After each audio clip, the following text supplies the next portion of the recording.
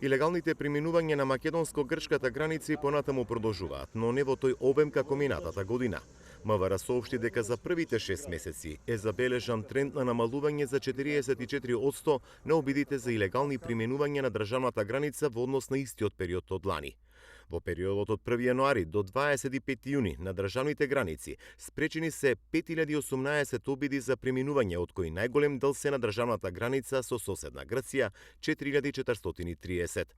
Во вкупната бројка на спречени обиди на лица кои легално влегле во државата или пак ја користат за транзит, доминираат лицата од Сирија и Мароко.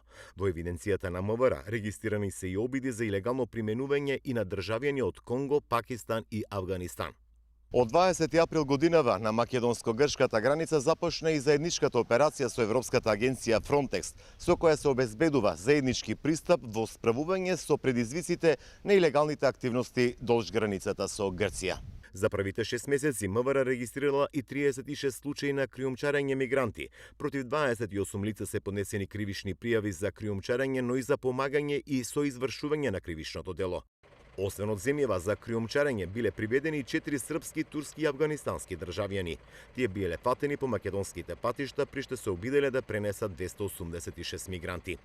Како што соопштуваат од МВР, откриените случаи на криумчарење мигранти се намалени за 16,3% во однос на првите 6 месеци од минатата година.